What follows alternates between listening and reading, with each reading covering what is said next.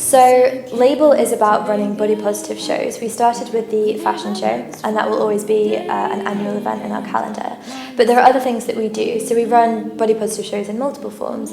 We run a body positive theatre piece. We run body positive arts events, arts festivals, and we have our own body positive magazine, which we launched recently online and has already become incredibly successful, which is very exciting. The fashion industry generally tends to portray an image of beauty as being, certain characteristics. So, straight nose, sharp cheekbones, a jawline, typically blonde hair, blue eyes, or if you're a man, then six-pack abs and a big chest.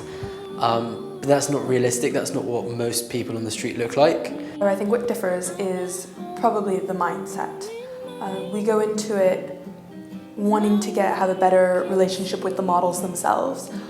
We want to get to know them, to get to know the individual people, and not just see them backstage the day of as hangers for the clothes that we're presenting. And we're also, we're part of the group that's promoting this.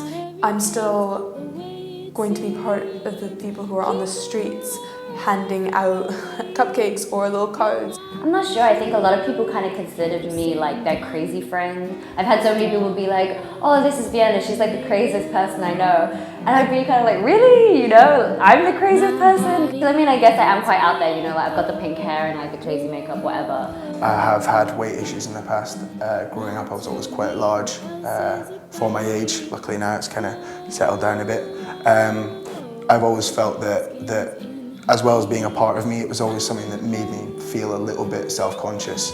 Before this, I was a dancer, and as is probably a stereotype, and unfortunately a very real one in the dance world, is that there is also a certain body image, especially for ballerinas. I did get caught in the wave of eat little, look thin. I had friends who I could see their ribs constantly. Oh, I would say that no one is perfect. Perfect does not exist. And it took me an awful long time to realise that. And you can always strive for better, but you're never going to reach perfection. And so if you can be happy with what you are, then that is the best that you can possibly do. And that's what Label is here to help people with. One of the things I've become increasingly aware of is how lucky I am. I'm able-bodied, I'm white, I'm slender, it's awful, but I score quite highly on what our messed up society wants from a female body. Most people aren't happy with what they have, and that again I think is something we should be striving to overcome if we can, just greater acceptance of a diversity of bodies.